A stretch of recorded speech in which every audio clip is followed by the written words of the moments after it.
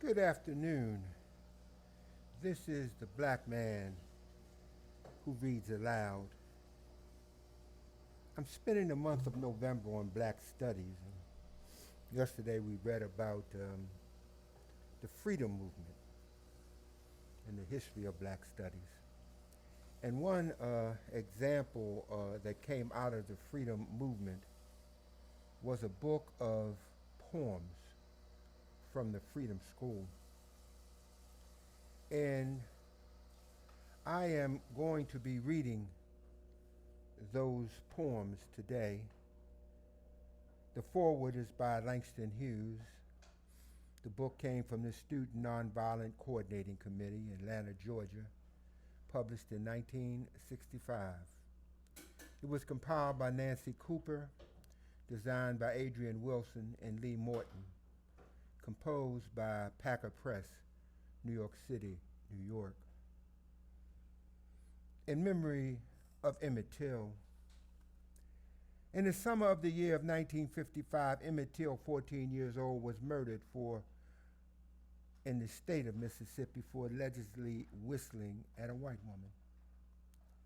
9 years later, out of the same society that allowed the killings of Emmett Till, Herbert Lee, Lewis Allen, Medgar Evers, Andrew Goodman, Michael Schwerner, James Cherney, and many more whose names we will never know. These poems and paintings have come. These are the expressions of the young Freedom School students of Mississippi. Good morning, poetry. Poetry, how do you do? I'm worrying along, so I come to worry you. To modify a line from an old blues, this means that poetry possesses the power of worryation. Poetry can both delight and disturb. It can interest folks. Poetry can make people think. If poetry makes people think, it might make them think constructive thoughts, even thoughts about how to change themselves, their town, and their state for the better. Some poems, like many of the great verses in the Bible, can make people think about changing all of mankind, even the whole world. Poems like prayers possess power. Good morning, poetry. Poetry, how do you do? I'm writing a poem to see if it takes on you. Langston Hughes, to those who write these poems in this book, spring of 1965.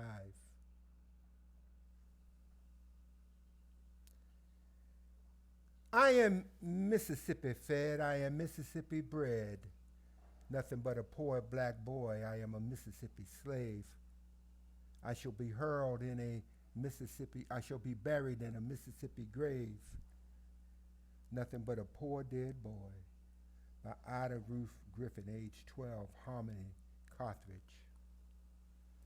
The House of Liberty by Joyce Brown, age 16, Macomb. I came not for fortune, not nor for fame. I seek not to add glory to an unknown name.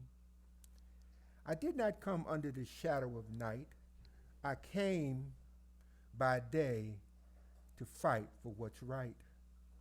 I shan't let fear, my monstrous foe, conquer my soul with threat and woe. I shan't let fear, my monstrous foe, conquer my soul with threat and fear. Here I've come and here I shall stay, and no amount of fear may determination can sway. I asked for your churches and you turned me down, but I'll do my work if I have to do it on the ground.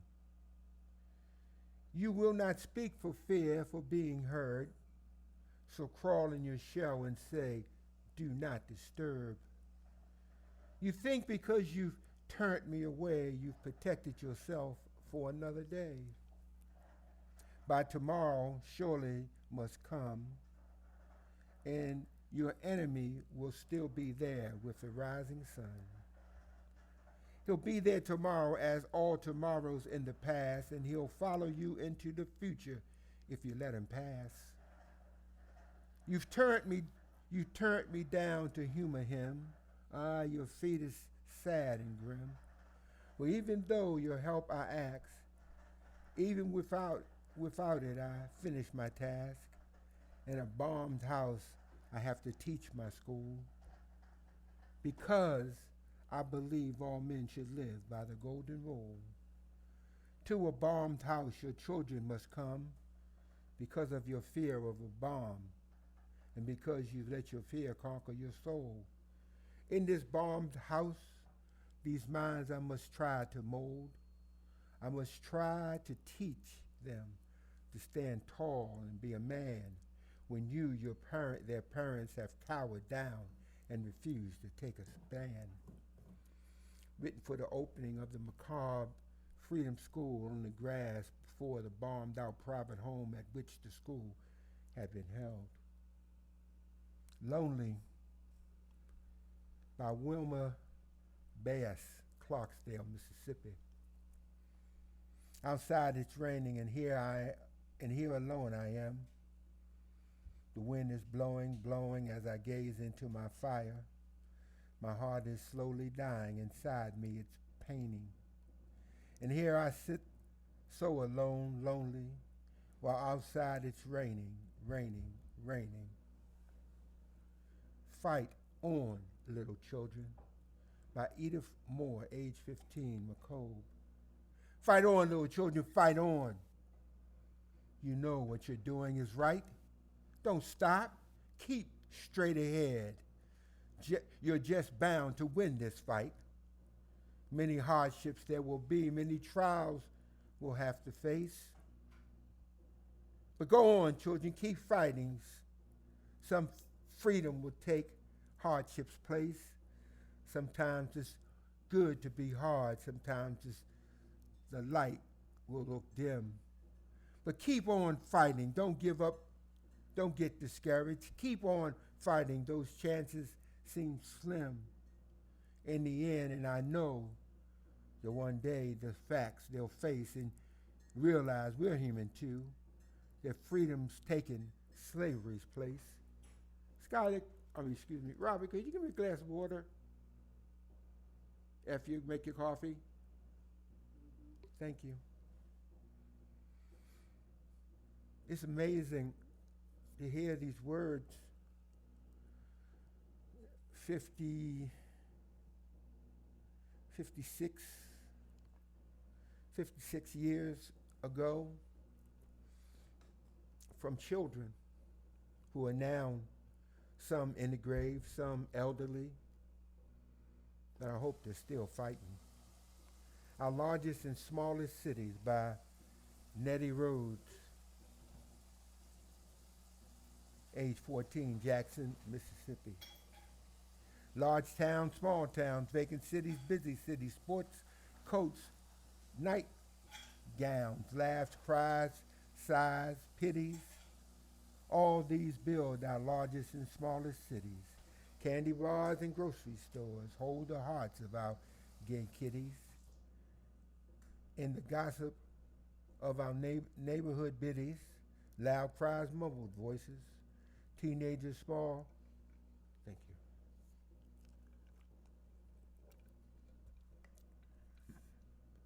Large crowds, mumbled noises.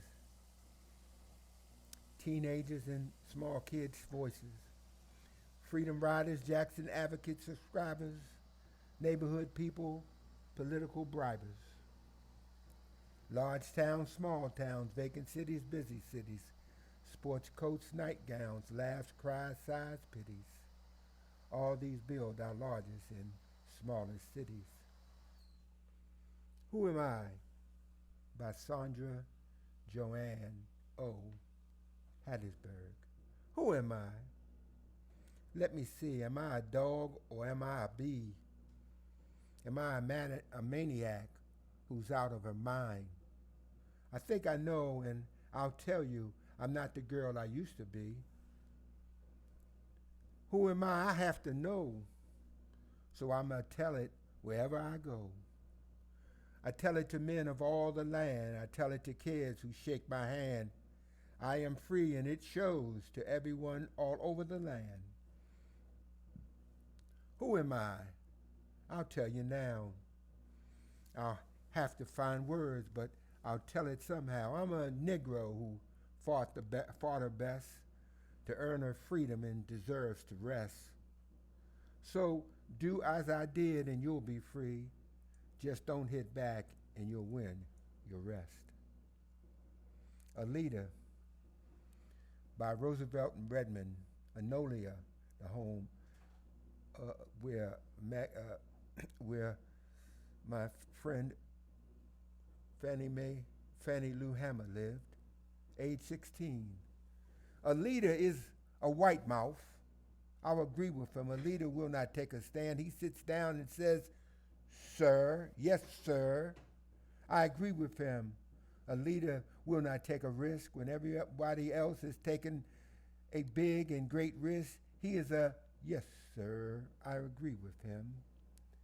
A leader will stand up and be heard, speak of the rights of others. I boo him. A leader will take a risk, even if it's against him or hurt him, or I boo him.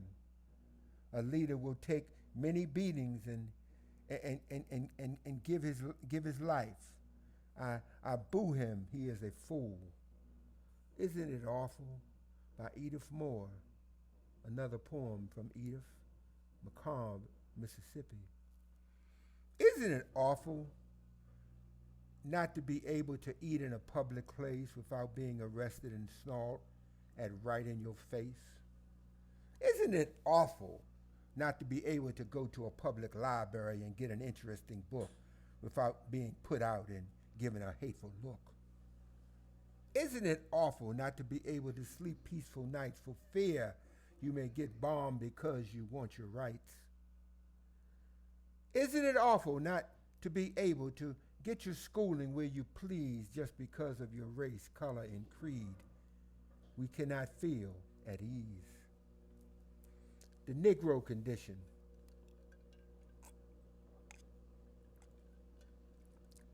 By Lily Mae Powell, Pilgrim's Rest. One day while I was visiting a certain city, this is what I saw: a Negro soldier with a broken arm who was wounded in the war. The wind was blowing from the north. There was a drizzle of rain. He was looking from the last place. His arm was in a sling. The Negro soldier didn't go home. He was looking to the east and to the west.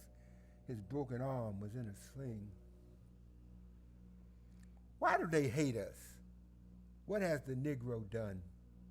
By Florence Seymour, Gulfport, Mississippi. It's enough to make you wonder. It's good enough to make you cry that every race hates the Negro. Good Lord, I wonder why. You can travel and travel. You can travel this country through. You'll find every race hates the Negro no matter what they do. You can scrub and mop their kitchens, work from morning till night.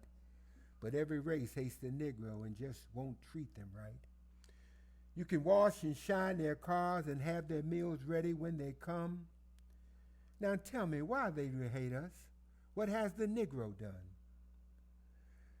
They say that monkeys are our ancestors, the beginning of our race, but we have never killed the president. Kidnapping children is out of our place.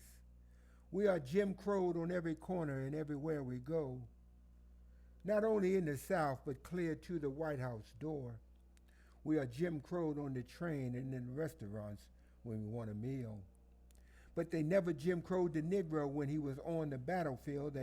They won't allow us to have our business when he was on the battlefield. They won't allow us to have our business nowhere in the heart of town. And if we own too fine a house, they will come and burn it down. We have to live in rats' dens and huts on the edge of town. It doesn't matter where we live, they mean to keep us down. They pay us the lowest salaries and work us almost for fun.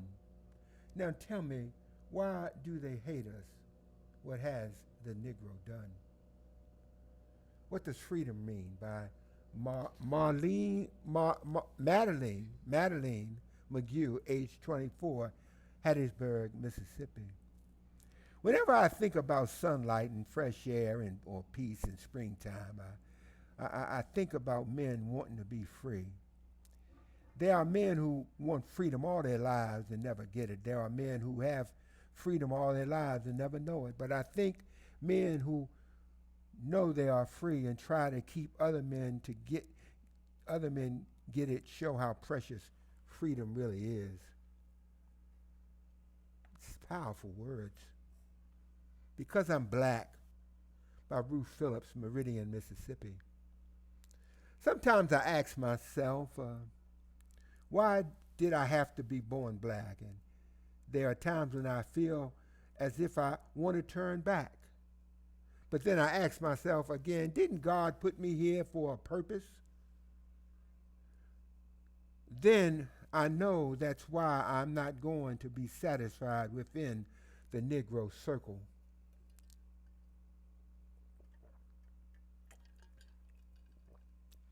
Just because God saw it far fit to paint me Black, I'm the one that always sits in the back. I'm a man, and I want to be treated as a man and not as a left hand. One day God's going to lift my hand over this great land. I don't want to be left or right, but a man. I hope we'll all be around when God brings the high and mighty to the ground. I am a Negro, Rosalind Waterhouse, age 11, Meridian, Mississippi, 11. I'm a Negro and proud of its color too. If you were a Negro, wouldn't you? I'm glad I'm just what I am now, to be and do things I know how. I'm glad to be a Negro, so happy and gay, to grow stronger day by day. To be a Negro, I want to be free as any child, to wander about the house in the woods and be wild. I want to be free, free, free. God bless you, Rosalind. Rosalind is, if she's still alive, 67 years old. Same age as me. I hope you're still around, Rosalind, as I read your poem. 3 Strikes to Freedom by Mary Zanders, Gulfport, Mississippi. Freedom is like a baseball game. You have to be set and have an aim. When that's done, now you're ready to strike the ball with an arm that's steady. Strike one, selfish is the ball. Missing this one is like missing them all. But you can strike it if you try. Kindness won't let anything pass you by. Strike 2, the ball is hate. If this ball could be struck before it's too late, the world would be better than just having everybody together because they must. Strike 3, equality is last. Miss this one and you're back in the past. Remember, you can't sit still and wait for everything to stop and suddenly be straight. 3 Strikes to Freedom. Freedom in Mississippi, David Marsh, age 18, in Nolia. In the middle of the night, a stress's bell of hope is ringing. Everyone is on the eve of fear and success, and not yet come until everyone wake up and speak out in an overcoming voice. The slums will still remain. Let not the pulling of a few go down the whole crowd. If this remains, we will forever be underbowed. Why did I, my don'ts? Sandra Ann Harris, age 17, Jackson, Mississippi. Why did I, my don'ts? Why did I, my dids? What's my didn'ts? What's my didn'ts' purpose? Is it to fulfill my dids? What is it have I proclaimed? What is it have I pronounced? What can't I do my doings? Why couldn't my couldn'ts do renounce? My wouldn'ts are excuses. My couldn't be helped. My words weren't all helpful. My were of little help. The haven'ts were just there. My didn't believe, and all my wants are daring my wills to receive. God bless you. Segregation will not be here long.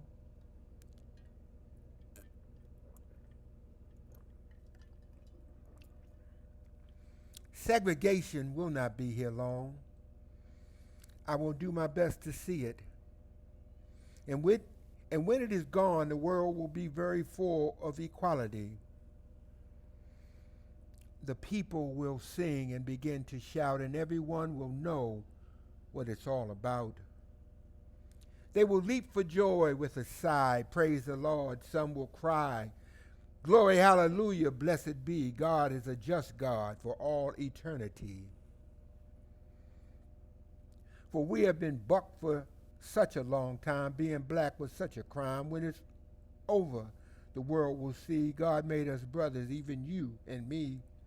On every corner, you will hear us say, we're free to stay. Even on the street, from every side, we're free, and God was our guide. They killed us, they hung us from trees so high, but we knew some of us would have to die. Dying was not really so bad. We got equality, and we're really glad. And so it's obvious and plain to see God made us equal, you and me. Don't Give a Subject by Sally Ballard, age 17, Jackson. Don't give a subject because I don't give a dang. Some people do care, but me to you go hang. Many people get up and talk on a subject, topics, spend time and energy when they could spend time in the topic, in the tropic. Oh, hang you, oh, hang me. What in the damn you, I, you, they, them, him, her, care about that subject, see? Give something me too that's right off the brain. Well, let's have a little nonsense now and then, but don't give a subject.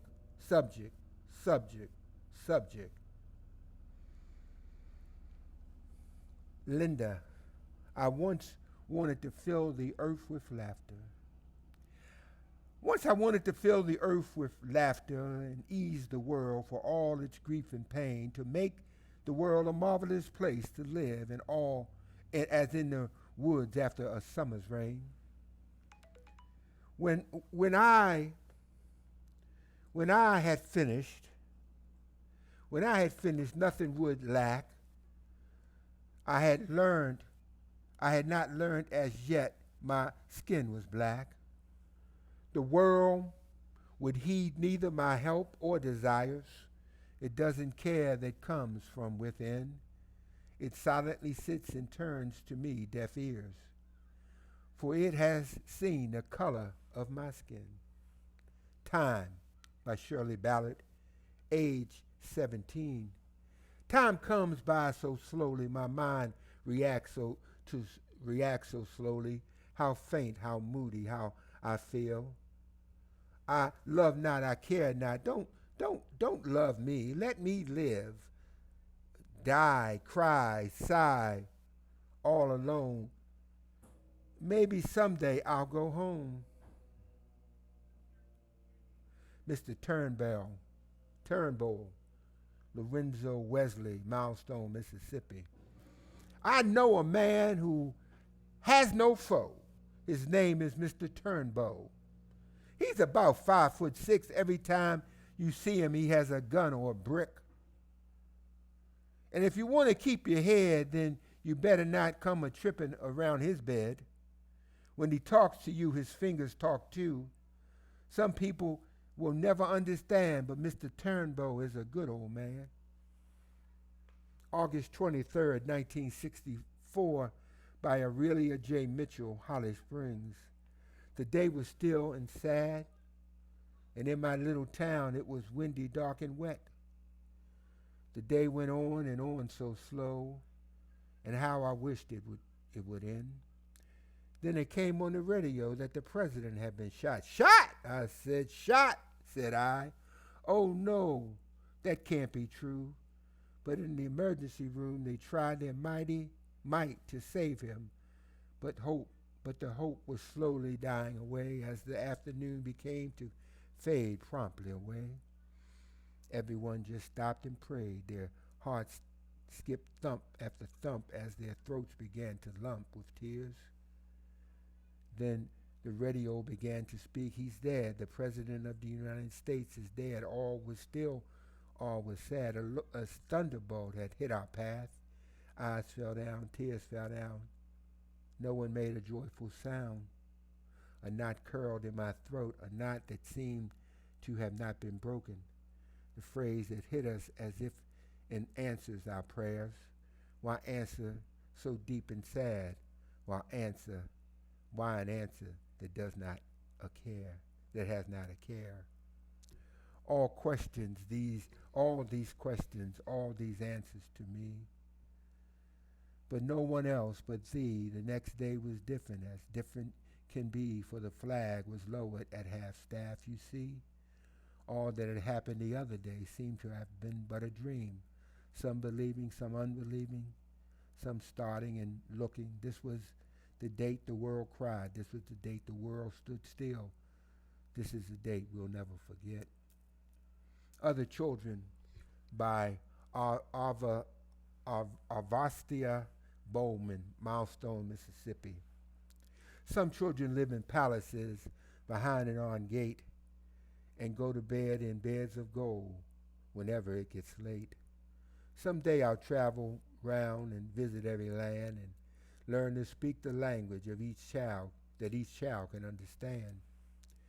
They will want to ask me questions then, and I will ask them others, and until we understand like sisters and like brothers. Roads by Arvesta Bowman, Millstone. A road may lead to anywhere, to Texas or to Maine, to take you where you want to go, having no one else to blame. I might lead past the tailor's door where she sews with needle and thread, with 3 children sitting by her side with hats on every head. Oh, my road may lead you anywhere, to New York or to a bad man. Then it might just fool you and lead you back home again. Life, People, and the Mysteries of Time by Charlie Brown, age 16, Nolia. Life, People, and the Mysteries of Time, commencing, ending, but never ending. Understandable, but often misunderstood. This is the mystery. At times they are both terminated, but not by nature, but by people. This is what mystifies us. They mystery is ours. Let's keep its objectives. The Wind by Cora Saunders, Greenwood, Mississippi. Greenwood, Mississippi is where Stokely Carmichael said he would never get arrested again after being arrested 27 times and cried Black Power in 1966. The wind is very strange. The wind, it'll always bring. Sometimes it brings a full breeze. It sends away the dried leaves. It twirls, it whirls the leaves around. Then it all settles, and then all at once it settles down. Spring. It was a hot spring day, and the flowers were gay. William Smith from Clarksdale wrote this. It was a hot spring day, and the flowers were gay and sweet. The call of spring was whispering through the air like a drum with a soft beat. The grass stood tall, and its color was bold as the sky. Everyone was welcoming spring and wavering winter goodbye. The sun was glowing like a ball of fire. The heat was hot as steam. And the trees were green and gay as a cool breeze in the month of May. poem by M.C. Perry, age 18, Enola, Mississippi. I was walking through the woods of green when at that moment of the hour I seemed to have seen the figure of a flower. There amongst the weeds where the wind has blown grew some stray weeds that had taken root and grown. Who dropped what? No name. From the Freedom School at Moss Point. Jesse Harris was dropped soft into a deep hole, only not too deep because when Wade dug and I watched, Wade hit the coffin of Jesse Harris' grave, and that disturbed the joy of a good shiny possum, not only that hitting of the coffin did that, but that jumping light too that slid out of that, not too deep, not too open hole. Disturbed that joy I had with Wade. So the dogs ran and we were just as fast. Now who dropped Jesse in that hole? And who dropped that light around this place and all through the trees after us? Well, he inclined to believe it was Thomas Jefferson, who said he was well known to hate Harrises, and whose grandson loved to bury fat possums by the light. But the light, we never knew what dropped that around the place. Moss Point, Mississippi, the Freedom School. Mine, by Alice Jackson, age 16, Jackson, Mississippi. I want to walk the streets of a town, to turn into any restaurant and sit down and be served the food of my choice and be able and to be met by a hostile voice. I want to live in the best hotel for a week or go for a swim at the public beach. I want to go to the best university and not be met with violence or uncertainty. I want the things my ancestors thought we'd never have. They are mine as a Negro and American. I shall have them or be dead. Changing the American Stage by Elnora Fondrum, Clarksdale, Mississippi. America is a stage life land. All the people have parts to learn in hand. If I were to walk down the street and say, I want my freedom this very day, I raise my fingers and lift my face, but my people will look at me in disgrace. Why would I try to be free? I already have my liberty. People are walking as statues do. I have no right to look at you. My face is different. My face is black. But why should you want to hold me back? We are a nation, and it is said, a nation when parted as the stage is dead. I was once a patriot true. Now you try to take me with you. Not be brothers and let them be free, but only take care of thee. I shall have a part. I shall have to play my part. I am still a slave in my heart. To look at our flag and say to thee, am I here, but am I free? The nation of America is never to be until we have our liberty. If Khrushchev walked to my hometown, I try my best to show him around. Even though he is a man in wrong, I still would try to help him along. A man is a man and life is life. I am a man and he is in the life. The trail of freedom all around. I wish it would come through this sorrow town. In this nation I want to know I am a citizen and I want it to be treated so. This nation has got to get together. I leave it to God to decide who is better. I am here to testify. I want my freedom. It ain't no lie. So Mr. Charlie, you are the best, but I am as equal as you and the rest. I'm telling you the earnest truth. We're people just like you, so ready for the fright of life. These people are going to get this freedom in height. Try to be ready, try to be strong, but you won't hold this black man down for long. The Voice of Freedom by Robert Lee, age 18, Greenville, Mississippi.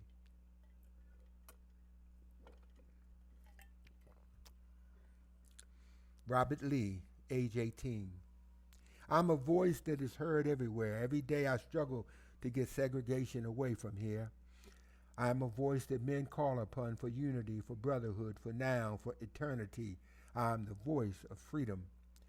Gaining me is America's task. Through striving and sacrifice, segregation will be unmasked. I am the voice that speaks with great pride. Segregation and discrimination will be cast aside. I am the voice that proclaims, I will bring justice, I will bring equality. I am the voice that shouts, segregation is dead. I am the voice of freedom. I will be America. Say freedom.